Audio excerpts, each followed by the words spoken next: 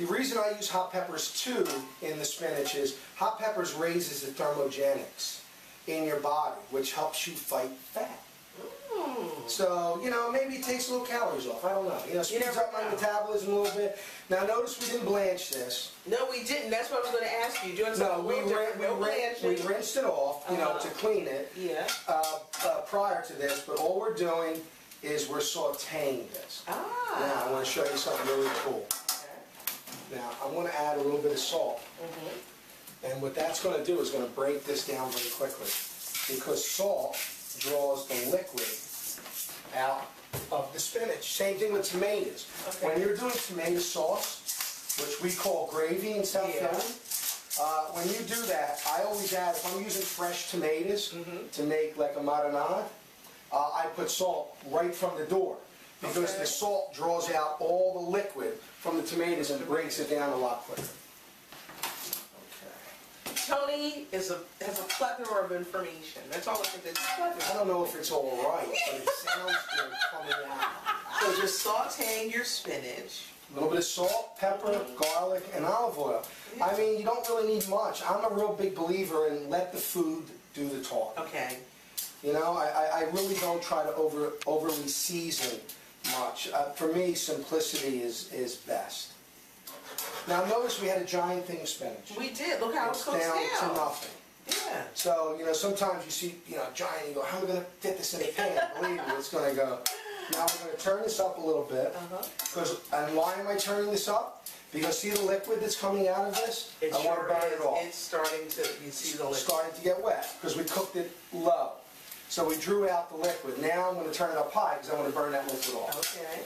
I don't want the liquid. I want the olive oil and the garlic to come through. See? Wow. And we'll burn that bad boy off.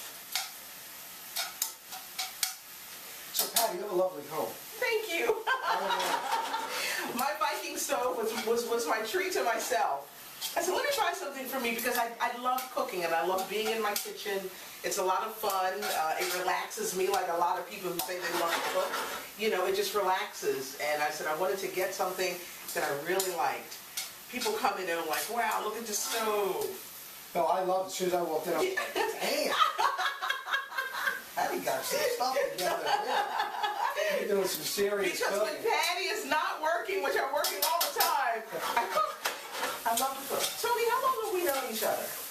Do you want me to tell how long? Do you realize people will start calculating our age? If I do it, I've only known Patty for a year and a half. That's it. We met when I was 18. We've only known each other a year and a half. It's definitely a South Philly thing. When you think of Tony Luke's sandwiches, Petey and everybody, and we go down there and get our sandwiches, and oh my gosh. Well, you know what? Tony Luke's this February 3rd will be celebrating our 20th birthday. Wow! Oh, happy 20th. Cannot believe it's been 20 years. 20 years. Does it feel like the time went by really fast? My whole life went by really fast. Well, you know what? I've been doing radio. Next year I'll be celebrating 30 years in radio. And it feels like yesterday. It feels like I just started yesterday. Because you enjoy it. Yeah. Whenever you do something you enjoy, it never feels like work. You know, my father said to me once, and he was right, he said, do something you love to do, and you'll never work a day in your life. Okay, we're going to do the same thing now, very simple. We're going to take some extra virgin olive oil. We're going to do a little bit more. And we're going to put our garlic in, like so.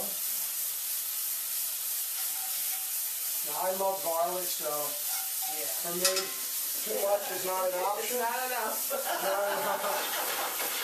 Not enough. Look at it. Look, you can hear the sizzle. Now, nice. Now we're going to take our broccoli. And we're going to lay that right in. Now, basically, because you blanched it, what part is this for the broccoli? Well, these are your florets. Okay. Now, I love every part of the broccoli. Yeah. I love the stem, I love the florets. Now, you can buy it, if you want to buy it frozen, which, you know what, I'm not a big fan of. Okay. I always say fresh when you can. Okay. You know, I know it's difficult sometimes, but fresh is always best. When you can. When you can. So, you know, we blanched these, so we're not going to really cook them long. We're going to heat them through. We're going to get that olive oil to go through this. Now notice I have it a little high. I just want to stir fry this a little bit. And now what we're going to do, we're going to bring it down just a little bit, because now I want to heat it through. Okay. We're going to do our pepper. And I love the fact that you have this pepper that we can grind up, which is so nice. Because again, spices, same thing. If spices are fresh, they're better. They're better. You know, I even put my spices, I get fresh spices, I put them in the freezer. Ah. When you put them in the freezer, how soon do you take them out before you start cooking? Do you have to let them? Well, it's according to what it is, but I mean, normally it's fast. Okay. You know, as soon as it hits the hot air, it kind of, you know, comes back to life again.